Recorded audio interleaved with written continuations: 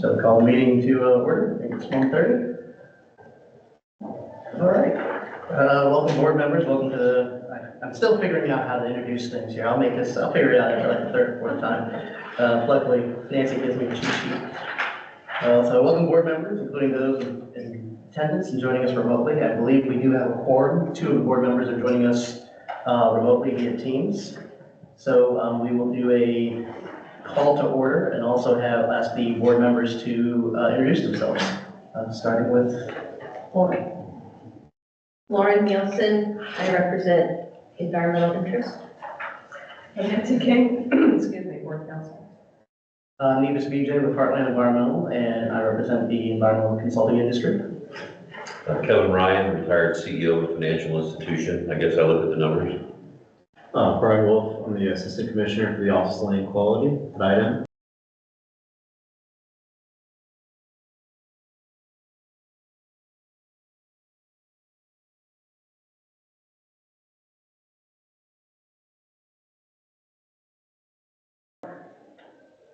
Yes, good afternoon.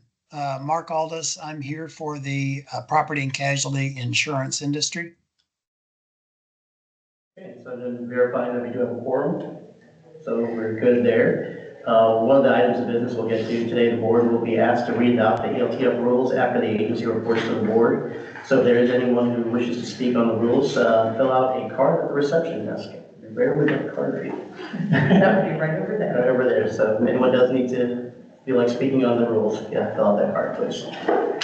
And we will go to the fund administrator's report with Hillary.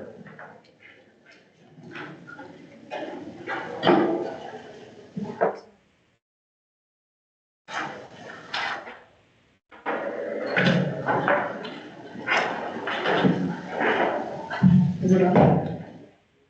Oh, thank you. Sorry, I was getting too far ahead of myself. Good afternoon, Chairman, members of the committee. My name is Hillary Alderette, and I'm here to present the Fund Administrator's Report for fiscal 24. Out of the total budget of $36.1 million, our total expenses for fiscal 24 was $10.4 million, including $5.8 million in claim payments. The ending balance for fiscal 24 was $212.2 million. As we discussed previously, we've updated the statement to show the interest earned in this legal fund, which for fiscal 24 was $6.9 million.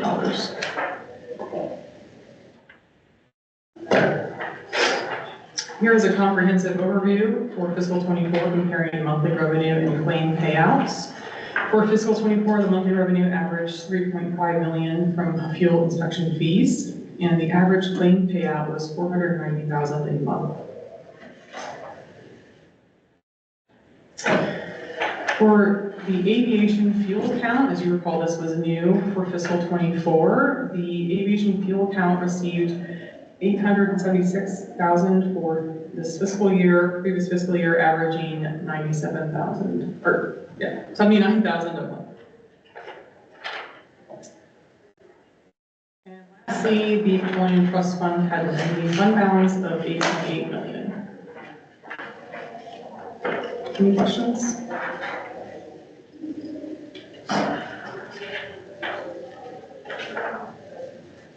Thank you.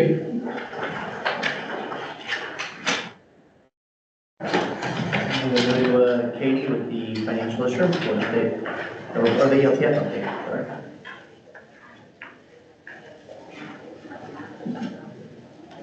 Good afternoon. My name is Katie Blackburn. I'm the section chief for the UST operations section, which houses the health fund.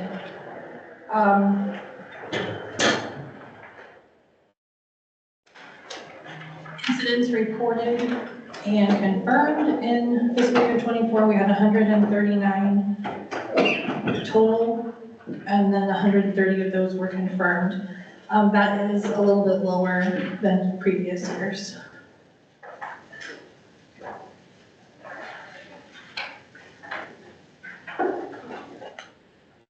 So far in fiscal year 25, we have had 59 incidents reported. 38 of those have been confirmed releases. So we're still working through the patrol remediation section is still working through those other ones. For corrective action or lust eligibilities received and approved, we have, in fiscal year 24, we received 72, and of those, we approved 49 eligibility applications. 16 of those were admin denials, and typically for eligibilities, excuse me, if it's an admin denial, the ISC hasn't been received yet by IDEM, so we just move that on. We only had 2 that were deemed ineligible in fiscal year 24. So far in fiscal year 25, we've received 26 of those eligibility applications. 6 have been approved, and we're still working through the other ones. There's been 1 admin denial, so we have about 19 of those we're still working through.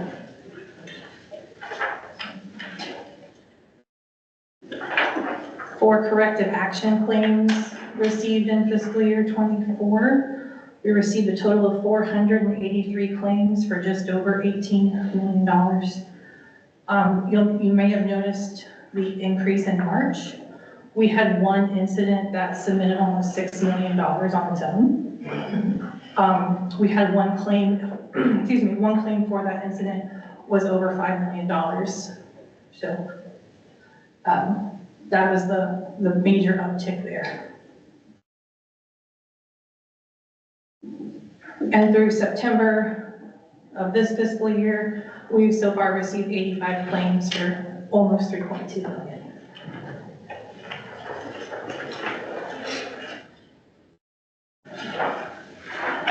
Claims reviewed in fiscal year 24, we reviewed 482 with an amount reimbursed of $5.1 million. And again, that is less than the amount reviewed, but the common denials, as we've talked about before, are missing backup, labor classifications, reasonableness and cost effectiveness, and then some of those just rule denials for labor rates, mileage, equipment, that kind of stuff. Fiscal year to date, for fiscal year 25, we received 68 claims so far. And we have reimbursed just over $820,000. We were asked about admin denials before. So for fiscal year 24, we did a total of 33 admin denials. Typically those are for incorrect form versions, or there's a discrepancy, like the FID and the incident don't actually go together. We reach out, we maybe don't get the information back, so we do admin denials. And so far for fiscal year 25, we've had 4.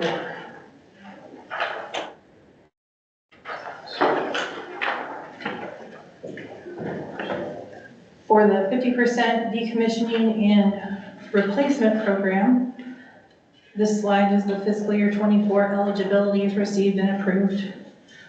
We received 207 and 188 were deemed eligible. Of those denials, the main reasons were either that the applicant was not the owner or that the tanks didn't meet the age requirement.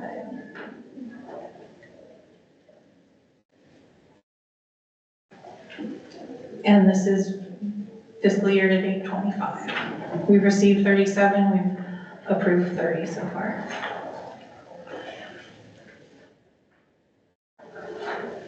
This is the cost claims that were received for the 50% decommissioning and replacement program in fiscal year 24. It looks like it's calendar year, but we just didn't receive anything in the first few months of the fiscal year, in calendar year 23.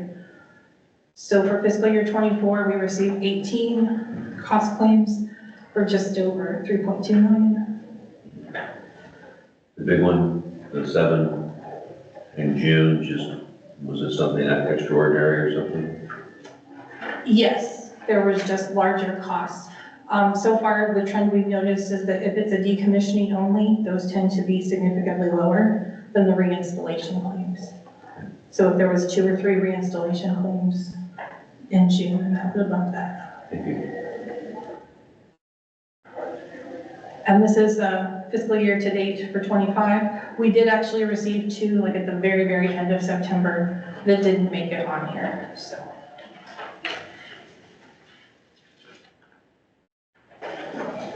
So this is claims that we reviewed for the 50% decommissioning and replacement program in fiscal year 24. So the amount reviewed is what could have been submitted if this program was 100%. The claim amount is the 50% that would be eligible for reimbursement. So the amount approved goes with the amount reviewed when you're looking at those numbers, and then the claim amount goes with the amount reimbursed. So of the 305,000 that we received in the claim amounts, we reimbursed 301,000.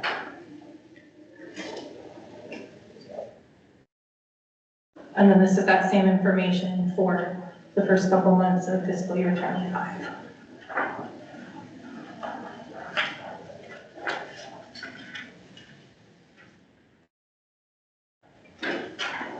So far with this program, we have only had to do 2 administrative denials for cost claims, and both of those were because no closure report had been received by IDEM yet. Excuse me, and that is one of the requirements. This slide is the combined total based on the owner size that we have reimbursed so far. We combine fiscal year 24 and 25 because that money rolls over. So this gives a more accurate reflection of what's actually left in those owner groups.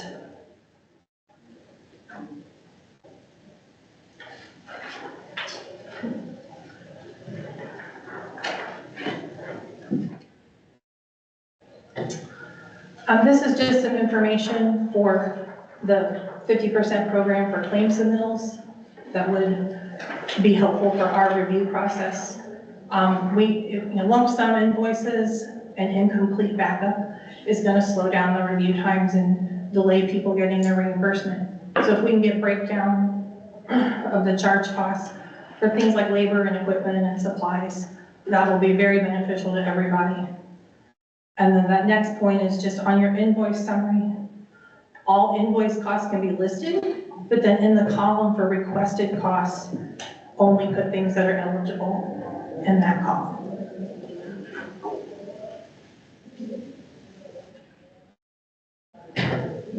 Based on some feedback we have gotten from the work group that we've had one meeting, we have another one scheduled next week. We are looking at doing some trainings on the non-real policy document that was released earlier this year, and on the 50% program for claim submittals. We're looking at doing that in 2025. So if anyone has suggestions for what could be included in that, please let me know. Any questions? Okay, just a quick question on the, looks like in August of, looks like in August 24, you got a decent amount, a decent difference in the claim amount compared to the claim reimbursed on the 50%. 50%. Was that one kind of anomalous claim that had a significant denial? Let me get there. Yes, actually, we had a reinstallation claim where we reached out to a subcontractor, the consultant reached out to the subcontractor, and they didn't really give us the breakdown that we needed. And the consultant actually asked that we just go ahead and deny those costs because it was just being delayed. And so they wanted to be able to take that denial to their subcontractor and say, this is why we need this information. That makes sense.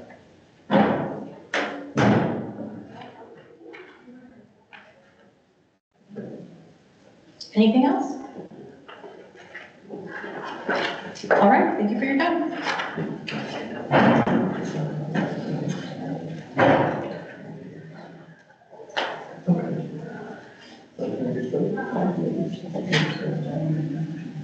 Yes, we're going to move on to the Title 328 readoption, and Bill Franklin is here to help explain that to us. Good afternoon. My name is Billy Franklin. I am the Rules and Regs Section Chief, and today I am presenting Title 328 for readoption. With the implementation of House and Rules Act 1623, a rule now expires on January 1st of the 5th year after the year in which the rule took effect under Indiana Code 422 2.6.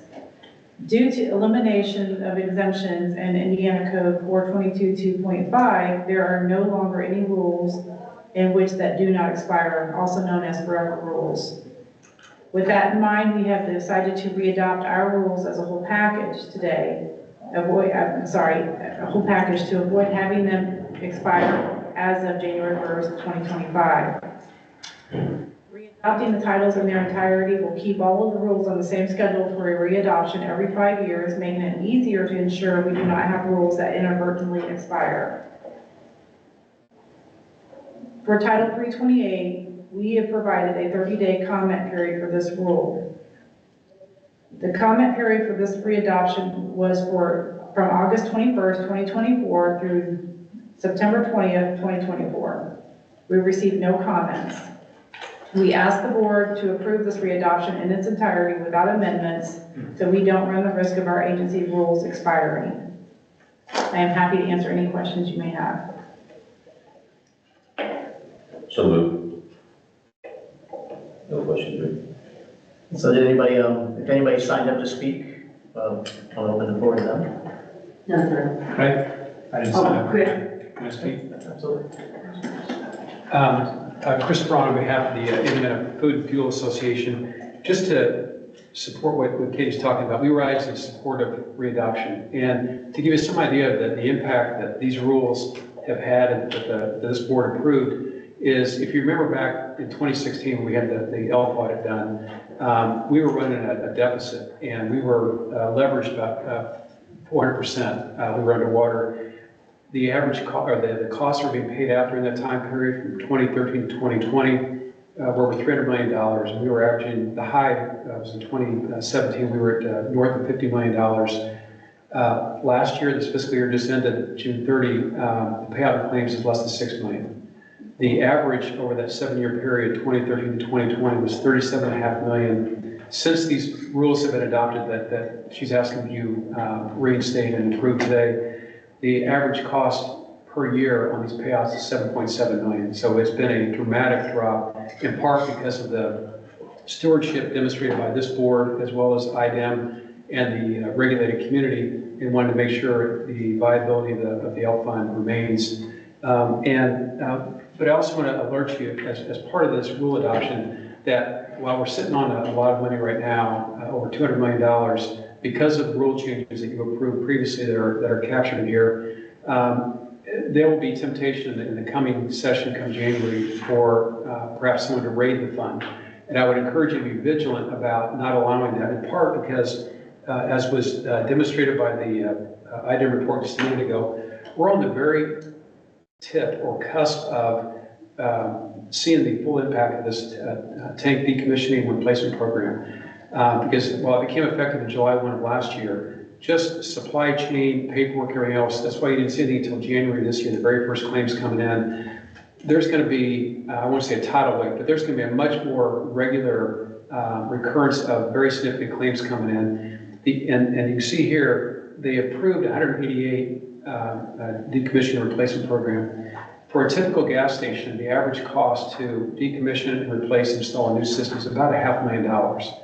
So, if you take 188 times $500,000, that's $94 million. IDEM's share of that through the ELF fund would be $47 million. That would be in addition to the $6 or $7 million we pay in a year. So there's great cause for celebration, and encourage you to embrace these rules and the balance. But understand it's not permanent, that we anticipate it will start being drawn down in the coming year. So if you get contacted, we would ask you to be vigilant about saying, we look flush, because the other thing we're going to do is we're going to ask for an increase in the legislature. Right now, we're only allowed to pay out $20 million a year. But as you can see here, the market demand, this has been very well received. This is a great program, and the environmental consulting community, the tank suppliers, et cetera, are all working hard to upgrade these programs so that they're systems so that we can be proactive in terms of environmental investigation and not reactive and having to pay a lot on the back end after a tank failed. So, with the 188 already approved, and you've already heard there'll be more coming in this coming fiscal year, we need to increase the cap on it to 20 million a year, with the lion's share that going to tank owners, 0 to 12 tank owners, which have been the ones most tapped into it, which is basically the mom and pops who can't afford to go out and spend $500,000 on their own to replace these systems, but with ITEM and through ELF, this program is really vital to them. And so we're going to ask, again, you may get questions about, well, if you're sitting on $200 million, why do you need an increase above 20 million? It's because the market demand is there, and we're now seeing, in fact, it's substantially oversubscribed. If all 188 of these came in at that, you're talking about a $47 million payout. We only have $20 million authority. So we want to ask for an increase going forward. So long-winded explanation as to why the IFFA rises in support of this, that you do approve this, and then also be mindful that you may be contacted in the coming weeks as we head into the next legislative session, and just want to give you a heads up on that. Thank you. Happy to answer any questions anyone might have. No, thank you, Chris, for that clarification. Great. Thanks, Steve. Understand. Any other, anybody else want to speak on the rule on 328? Is there anybody on board who wants to discuss? Do I have a motion to readopt 328? So moved. And is there a second? Hi. There we go. I don't know, I'm a lot seconder. Okay, all opposed? And I believe Title 328 rules have been readopted. Thank you. See, I'm learning how to navigate. I will just jump in there and say this is, I cribbed this from the ERB, and it's like there's all kinds of board members and everybody's always wanting to make motions and everything. Since we're a small, lean machine today, we don't have that many, but it still works, and we're happy to have it done, so thank you. And I think we'll move to open forum, if anybody wants to address the board at this time. Might be the shortest board meeting I've been. The chairman's cracking the whip. A fine-tuned machine here. All right, well, motion to adjourn. So moved. I apologize, normally I think this is a little bit longer, I'm like trying to drag it on like 5 more minutes, but okay. Too short. I guess the meeting is adjourned, thank you, everybody. That was the best time. Good job. We got done with